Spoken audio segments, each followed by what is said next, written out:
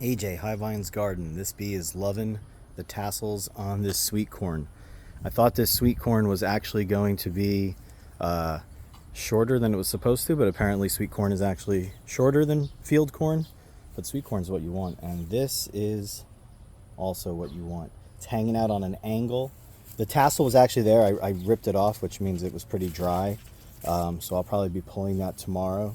You can see like this one is getting there. Once the tassels turn color from getting pollinated, they'll start to the ear will start to bulk up, right?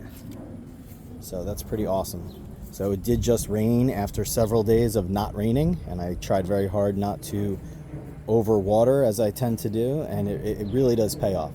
You wind up with a much more robust plant when you control the watering.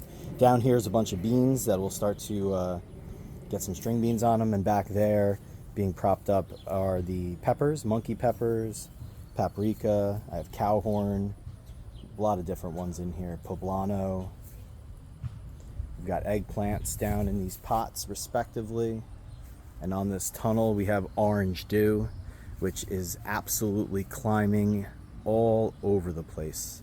So you can see the melons down in here. They look like honeydew on the outside. Hello, little bee. But they're more like cantaloupe on the inside. And they're just all over this. Further down on this, we have the loofah. And again, that loofah will really stick around into the fall when these other vining crops tend to succumb to, fungal issues and stuff like that. So it will slowly but surely put on the loofah. In fact, here's one right here. It's probably small enough that it could be eaten, but when they grow larger, they become those giant fibrous sponges that we all love. Here's a big old sunflower, volunteer. All my sunflowers this year are volunteer.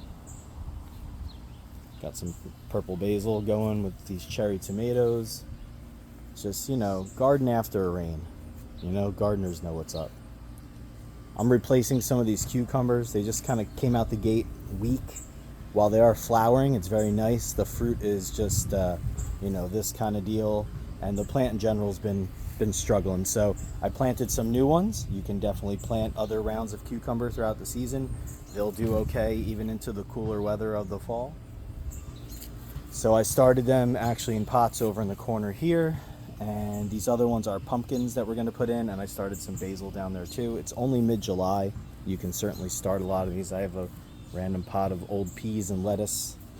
But these are good pots to use to plant the new plants because, they should be doing pretty good.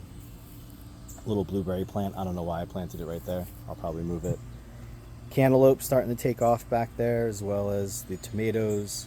This is, again, my newer tunnel, which I thought was going to be full of cucumbers.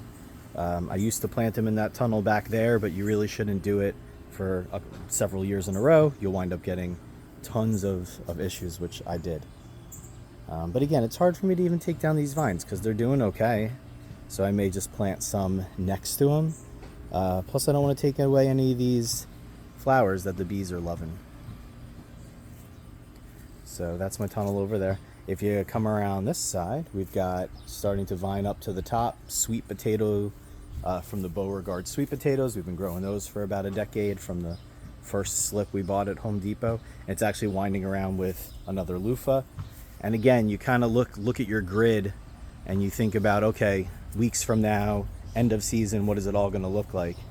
And it's pretty cool. Like all things in the garden, it doesn't always go the way you specifically plan it, but it all seems to kind of work out. So that's our beautiful loofah and orange dew tunnel.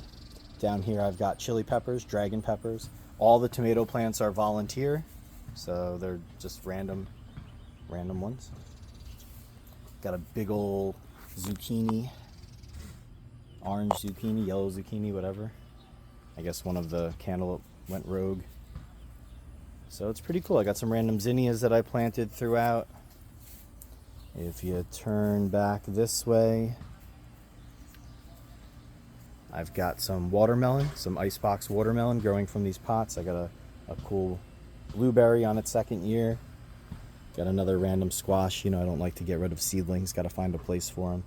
And it's cool, these strawberries we only did in the cinder blocks on their first year, I think 3 years ago. And, you know, they've since gone way into the bed, and I've just kind of given up and decided this is going to be mostly a perennial berry bed. So they give us tons of strawberries, pounds every spring, and they do continue into the summer, just in smaller amounts. And then I also planted this year a loganberry. It's temporarily being blocked by this giant Atlantis cantaloupe. You can see it's starting to fruit. It's pretty cool. And then these giant bowling balls. They are not pumpkins. They are spaghetti squash. And so I don't eat them quite as much as I love to grow them, but I do love to grow them because these plants are extremely tough. They do get every single year a little bit of attack by, you know, squash borer.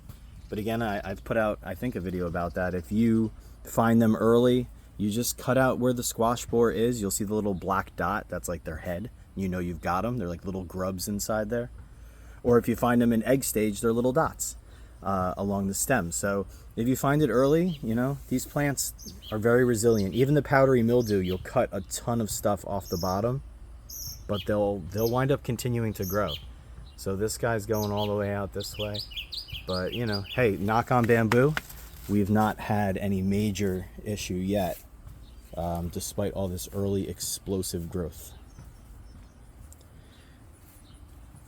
Down here I got a little thyme and sage. I'm just letting them grow out year over year, so it's pretty cool. They put out some good flowers, some good smells, and so we just kind of use them ornamentally. This is an old lupine that we already cut down from the spring. I've got more of that sweet potato in here, some beefsteak tomatoes, which I saw some signs of hornworm, but I don't see the damage, so I gotta keep on the lookout. We also have, let's see, some peppers. I'm not sure what this is, but we'll see when it comes on. I think it's a bell pepper, and some eggplant. This was a hugelkultur bed, actually, so it's got a lot of wood down there. And then we've got watermelon, all types of watermelon. I think, I don't know why I said that. We have two types of watermelon. So I've got icebox watermelon, and then I've got a specific Big Tasty from Burpee. So this is either that or that. I'm not positive. But we do have watermelon this year. I went with the smaller ones because I used to grow like the Crimson Sweet 25 pounders, and I would just destroy these beautiful but delicate trellises that I love to build. I feel like a little kid when I'm building with these things. I do screw some of it together, and the rest I tie up, but it's fun. Every year you kind of set it up a little differently. You do it based on what you have available or what, you know, your neighbors have available, and then when you're done, when it gets too weak, you just chip it up and it becomes mulch.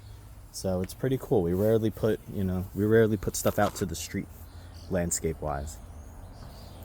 So that's what I got growing on. I got some cool cone flowers, some sunflowers. I won't bring you around the other side to the peanuts and the berries. We'll do that another day. This cornflower came up. I didn't even want to do anything with it, and I was going to cut it down, but it just keeps flowering, and, you know, the bees love it. This bee balm is, you know, past its pretty stage, but it's absolutely taking care of our bee friends. Cool one here. The tag said red bell pepper. It's not. So it's probably jalapeno maybe, or some type of banana pepper, but that's cool. Or paprika. I'll just say every pepper and then I'll be right. So, you know, that's what we got growing on in the garden proper. Thanks for joining me. Like and subscribe for more videos of a random dad meandering around his property with a cell phone, taking rather amateur video. But those who grow know. It's cool stuff. Later.